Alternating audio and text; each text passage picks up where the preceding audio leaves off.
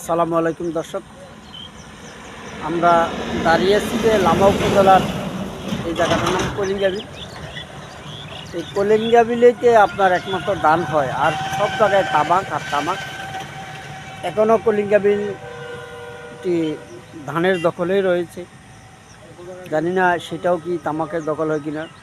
লামা উপজেলার 90% জায়গায় তামাকের দখলে।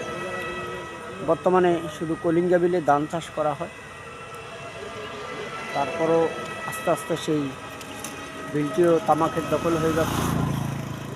আশা করি এই বিষয়টি কৃষি অফিস মাঠ পর্যায়ে কাজ করলে এবং কৃষককে বোঝাতে চেষ্টা করলে আসলে তামাকেরও বিকল্প চাষ করা যায়। তো ধান চাষটা না করলে এই দেশে খাদ্য সংকট সৃষ্টি হবে। এখানের খাদ্য সংকট সৃষ্টি হলে বেকারত্ব বাড়বে। তামাক তো স্বল্পমেয়াদী একটি ফসল, সেই ফসল বেশি দিন থাকে না। যেই পরিমাণ পরিশ্রম করে তামাক চাষ করতে হয় সেই পরিমাণ সময় অন্য কোনো ফসলের দিতে হয় না। তামাক বিকল্প বিভিন্ন রবি শস্য করা যায়।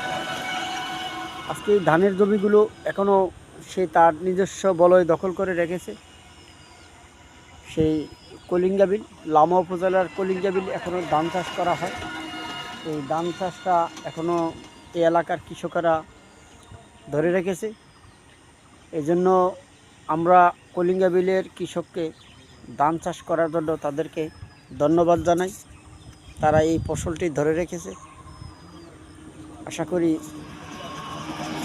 তারা ভবিষ্যতেও এটি ধরে রাখবে বলে আমরা বিশ্বাস করি।